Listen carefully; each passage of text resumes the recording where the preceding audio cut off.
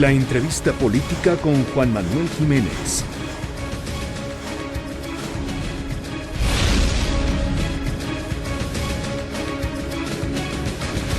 Tengo el gusto de encontrarme en la Secretaría de Desarrollo Económico platicando ni más ni menos que con el secretario de dicha dependencia, Salomón Chertorivsky. Secretario, muchísimas gracias por aceptarme la entrevista. ¿Cómo estás? Me da muchísimo gusto estar contigo, Juan Manuel. Es un placer en este sábado contigo y tu auditorio. Oiga, secretario, la primera pregunta obligada en este espacio radiofónico. ¿Quién es Salomón Chertorivsky? Bueno, padre de dos maravillosas hijas, esposo de una mujer sensacional y un mexicano comprometidísimo con este país. Secretario, hay que hablar de lo que estudió usted. ¿Qué estudió en la licenciatura? Sé que también tiene unas maestrías. A ver, platíquenos un poquito. Sí, mira, yo desde niño quise ser servidor público. Uh-huh. Y bien a bien no entendía qué era eso, pero desde chico, desde la primaria. Y en los 90, cuando tuve que decidir qué carrera estudiar, pues quienes estaban gobernando, quienes eran los servidores públicos, eran economistas. Okay. Entonces, pues mi decisión fue por la economía. Me fui a estudiar economía al ITAM. Uh-huh. En el ITAM también me quedé haciendo investigación e hice una maestría en economía. Posteriormente inicié mi vida laboral. Uh-huh. En esa primera etapa en la Secretaría de Desarrollo Social Federal. Muy bien. Y después de un tiempo de laborar ahí, me fui a los Estados Unidos, en específico a la Universidad de Harvard, muy bien, a estudiar un posgrado en política pública, específicamente o especializado en estudios de la pobreza, combate a la pobreza, política social. Oiga, secretario, ha tocado el tema servidor público o político. ¿Qué es usted? Pues mira, yo siempre me he sentido como un servidor público. Llevo ya 18 años de servicio y así me he sentido. Nunca el servicio público está ajeno a la política. Claro. La vida no está ajena a la política. Pero yo sobre todas las cosas me siento un servidor público. 18 años siendo servidor público. ¿Cuál fue su primera chamba? Nos contaba que fue después de la maestría en el ITAM. ¿Cuál fue su primera chamba? Bueno, fui ahí, hacía un poco de análisis, uh-huh, servía como secretario particular, trabajaba en la unidad de análisis económico y social de la Secretaría de Desarrollo Social. Esto en finales de 97, principios de 98. Posteriormente a mi regreso de Estados Unidos, uh-huh, que ahí sí, pues, yo nunca tuve duda, tenía ofertas para quedarme en Estados Unidos a trabajar. No, mi tema y siempre ha sido México, ¿no? Regresé y tuve la oportunidad de trabajar para el gobernador Lázaro Cárdenas Battel en Michoacán, uh-huh, ayudándole ahí a coordinar un poco los esfuerzos del gabinete social, de toda la parte social, ahí sí, programas contra la pobreza, educación, salud, ahí estuve, hasta que me invita el presidente Calderón a su equipo de transición, uh-huh, también para ayudar en la elaboración de la política de combate a la pobreza y grupos vulnerables. Y a partir de ahí, pues bueno, secretario de Salud. Pues primero fui director general de DICONSA, cierto. institución, uh-huh, verdaderamente maravillosa. Hoy cerca de 25,000 tiendas en las comunidades rurales y más pequeñitas de nuestro país, uh-huh, llevando el abasto a donde nadie más lo lleva y además con una red social bien bonita. Con otra particularidad, que en ese entonces DICONSA era responsable de llevar los bienes básicos en los desastres naturales. Entonces, uh-huh, pues el desastre natural es muy formativo, ¿no? Claro. Vives en circunstancias extremas, pues lo mejor del ser humano y también lo peor. El desastre natural es verdaderamente de las cosas más formativas, creo yo, para un servidor público, y me tocaron pues, un montón de huracanes, las inundaciones de Tabasco, en fin. Posteriormente estuve al frente de la Comisión Nacional de Protección Social en Salud, del Seguro Popular, y sí, secretario de Salud el final del sexenio del presidente Calderón. Posteriormente se integra al equipo de Miguel Ángel Mancera y actualmente ya es el secretario de Desarrollo Económico aquí en la bella Ciudad de México. Así secretario, es. ¿Cómo es que pasa de estar con panistas a estar con un perredista? Bueno, no es perredista en sí el jefe de gobierno, pero del PAN al PRD, ¿mucho cambio? Pues mira, yo he estado, otra vez, empecé mi vida laboral en el gobierno federal en la época del presidente Ernesto Zedillo. Trabajé en Michoacán con Lázaro Cárdenas, un gobierno emanado del PRD, y pues Lázaro Cárdenas una figura dentro del PRD. Efectivamente, 6 años con el presidente Calderón, y ahora tengo la oportunidad de trabajar y pues debo decirlo, y así lo he dicho, el agradecimiento siempre a Miguel Ángel Mancera, que me dio la oportunidad de poder seguir siendo servidor público.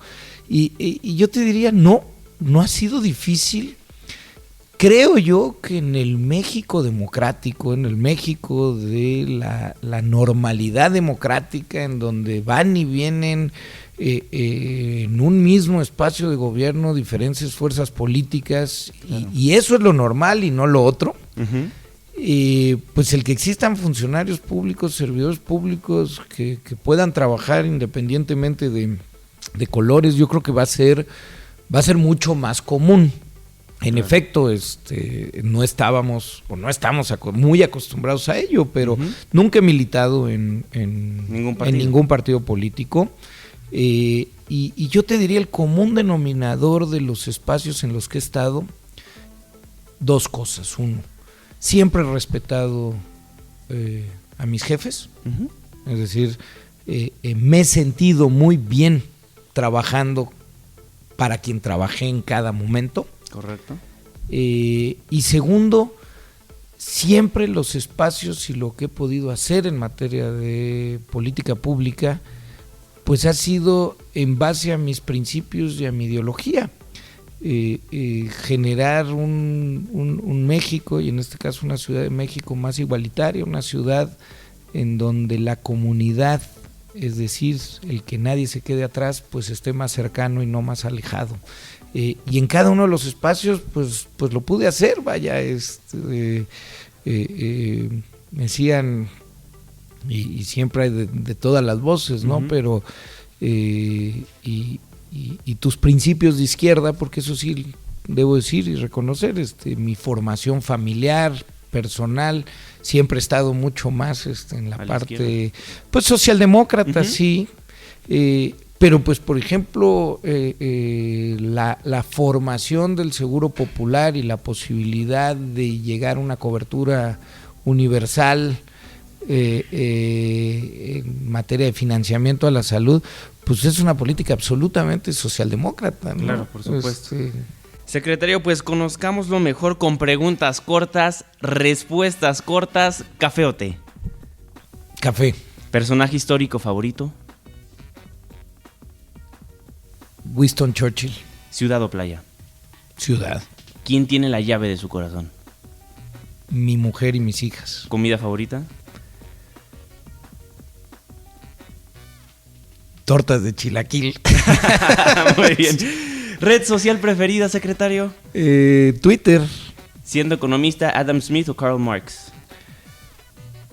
Hijo, un híbrido. Un híbrido. ¿Vainilla o chocolate? Vainilla. ¿Su tesoro más preciado cuál es? Mis hijas. ¿Grosería favorita? No tan fuerte porque no quiero que me suspenda Segovia, secretario. Híjole. Pasamos. ¿Qué prefiere, la prensa escrita, la radio o la televisión para informarse? Una combinación de todas. Todas las mañanas leo los periódicos En el traslado voy con un noticiero de radio, a mediodía voy con otro noticiero de radio, y en las noches llego a ver, dependiendo el horario, alguno de los noticieros. Muy bien, si pudiera viajar al pasado a darse un consejo a usted mismo, ¿qué consejo se daría? Hijo, tratar de fortalecer la tolerancia a la frustración. Muy bien. Es decir, hay cosas que van a salir mal. Cuando se toman decisiones, no todos los resultados son buenos. Y ante eso hay que aprender, no hay que frustrarse. Secretario, ya para finalizar este bloque, ¿qué música le gusta escuchar a Salomón Chertorivsky? Me gusta la bohemia. Uh-huh. Síguenos en Twitter en @JuanmaPregunta. Pues amigos, fíjense que esta semana se llevó a cabo la conferencia internacional El Estado del Arte del Salario Mínimo, organizado por la Comisión Económica para América Latina de la ONU. Participaron expertos internacionales en el tema del salario mínimo y todos piden revisar la negociación al aumento del salario mínimo. Y para platicar este tema me sigue acompañando en Preguntas Más, Preguntas Menos el secretario de Desarrollo Económico aquí en la Ciudad de México, el secretario Salomón Chertorivsky. Secretario, muchísimas gracias por seguir aquí. Muchísimas gracias a ti, Juan Manuel. Oiga, secretario, pues hay mandato constitucional para un salario justo. Ya se aprobó la desindexación del salario mínimo. ¿Qué es lo que está pasando? ¿Por qué el salario mínimo nada más no crece? Pues mira, hace más de 2 años Miguel Ángel Mancera dijo: necesitamos estudiar el cómo incrementar el salario mínimo, eso es insostenible. Claro. A partir de ahí se han elaborado todos los estudios, todos los trabajos, se ha recopilado la evidencia empírica, no solo de México, sino mundial, y se ha dejado clarísimo de que están las condiciones dadas, y no solo es viable, sino es conveniente el incrementar el salario mínimo. Recordémosle al auditorio que el salario mínimo hoy en México es 73 pesos, somos una vergüenza mundial, el salario más bajo de Latinoamérica, y este salario está por debajo incluso de la línea de pobreza alimentaria, es decir, un trabajador en el mercado formal que gana un salario mínimo ni siquiera le alcanza para comer él y un dependiente. Hemos mostrado que se puede.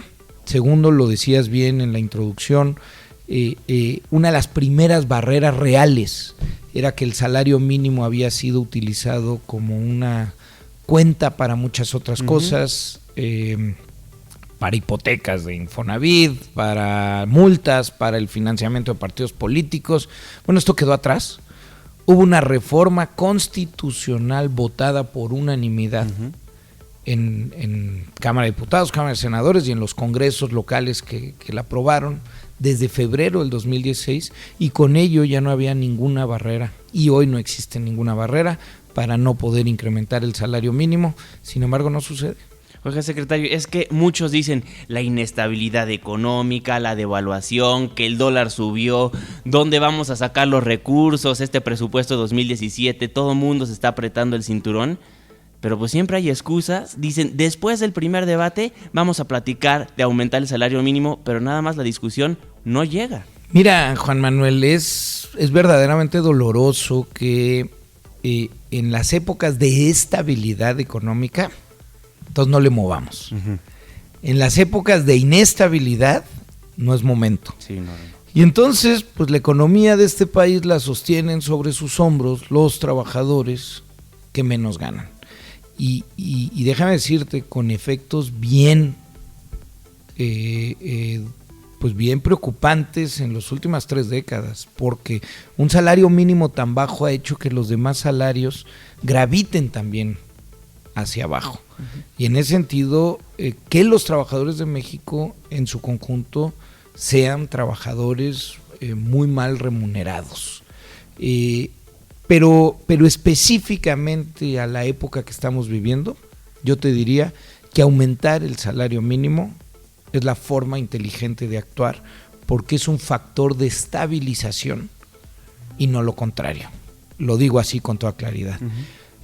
Miguel Ángel Mancera ha pedido que el salario mínimo en un primer momento suba de 73 pesos, que es hoy al día, a 89 pesos diarios.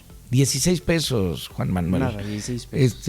Y no solo ello, vaya, 16 pesos, que por supuesto 89 pesos todavía no son un salario suficiente, pero llegan a la línea, como decía, de la canasta básica, por lo menos como un primer escalón. Ahora, esos 16 pesos, ¿en qué se consumen? Pues en 1,5 kilos de tortilla, en 1 litro de leche. Es directo consumo, y con eso pues fortaleces el mercado interno y el salario o el ingreso de los mexicanos se vuelve un factor de estabilidad. Por otro lado, hay muchos estudios que han mostrado cómo mejores salarios mejoran la productividad de las empresas, porque el trabajador que gana más está más contento. Claro. Hay menos rotación. Y si hay menos rotación, los empresarios invierten más en la capacitación de los trabajadores, en capital para la empresa, y con eso a la empresa también le va mejor. Y tercero, hay margen porque pues también hay un factor de redistribución en esto. Claro, entonces es viable y conveniente para la economía el aumento al salario mínimo 100%. Es viable, es conveniente, lo hemos mostrado, no son dichos, ¿no? Son datos. Segundo, es el mandato democrático. Vaya, si se votó la reforma constitucional para desvincular el salario mínimo de todas las otras cuentas, si se votó por unanimidad, no fue por estética, no fue porque se veía feo que el salario mínimo estuviera usado para multas, Claro. fue porque se le quería quitar esta carga para que pudiera incrementarse. Entonces hay un mandato en ese sentido. Por otro lado, pues llevamos más de 3 décadas incumpliendo nuestra Constitución, pues creo que eso nos tendría que ocupar. Pero además, Juan Manuel, es lo ético, Claro. de verdad, de vez en cuando nos tenemos que preguntar qué país queremos construir, y un país en donde haya empresas o algunas empresas que sobrevivan por tener esclavos y no trabajadores, pues esas empresas no las queremos en este país. Estamos platicando con el secretario de Desarrollo Económico en la Ciudad de México, Salomón Chertorivsky. Secretario, esta semana impugnó ante el INAI la negativa de la Comisión Nacional de los Salarios Mínimos, la CONASAMI, de dar a conocer su informe sobre los estudios para determinar la necesidad de aumentar los salarios mínimos. Tengo entendido que por ley la comisión debe decretar el salario mínimo en el 2017, en diciembre, a más tardar en diciembre de este año del 2017, disculpe. Pues, ¿qué es lo que está pasando ahí? ¿Por qué es la necesidad de ir a impugnar ante el INAI? Sí, mira, primero, en cualquier momento se pueden reunir a incrementar el salario mínimo. Claro. Tradicionalmente se ha hecho en diciembre para el año siguiente, pero la comisión se puede reunir cuantas veces sea y subir el salario cuantas veces sea. De acuerdo.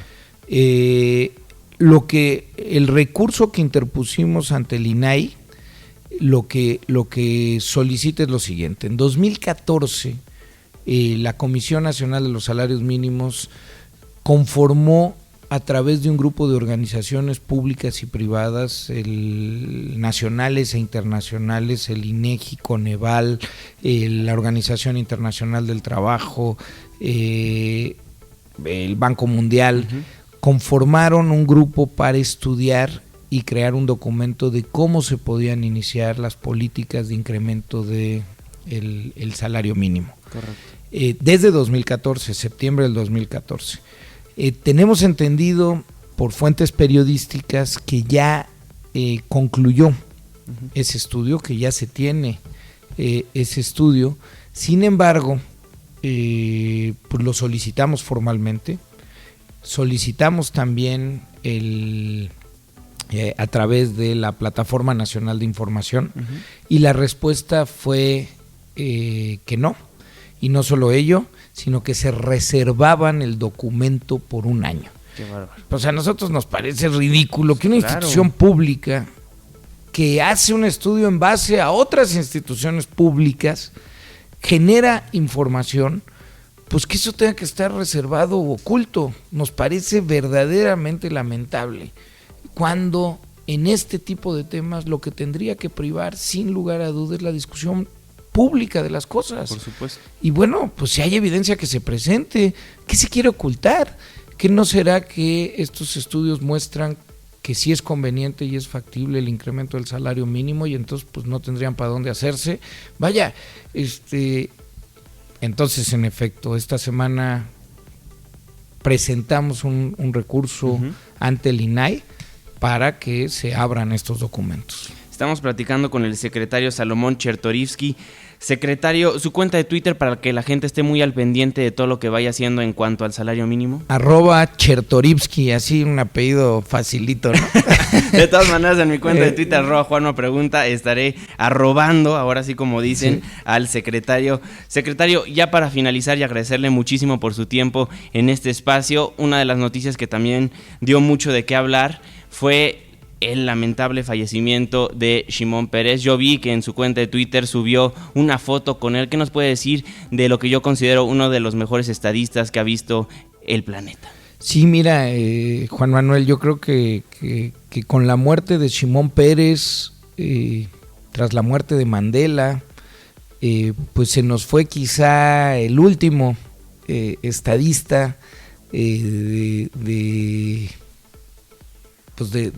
100 años, ¿no? Claro, un hombre que como muy pocos en la historia supo la necesidad de dialogar y de buscar la paz ante todo, ¿no? En una de las conversaciones que pude tener con él, le preguntaba al presidente Pérez, le decía, presidente, pues usted fue un militar, ¿no? Él dirigió la Marina, él dirigió el ejército, fue ministro de defensa de Israel. Preguntaba, ¿en qué momento es que usted empieza a pensar en la paz? Y su respuesta fue contundente. Dijo, siempre pensé en la paz. Bueno, con esa memoria le agradezco enormemente, secretario Salomón Chertorivsky, secretario de Desarrollo Económico en la Ciudad de México, por haber platicado unos minutos con nosotros aquí en Preguntas Más, Preguntas Menos. Un verdadero honor, Juan Manuel. Es un gusto estar contigo y con tu auditorio. Que tengan muy buen fin de semana todos. Síguenos en Twitter en @Juanma Pregunta.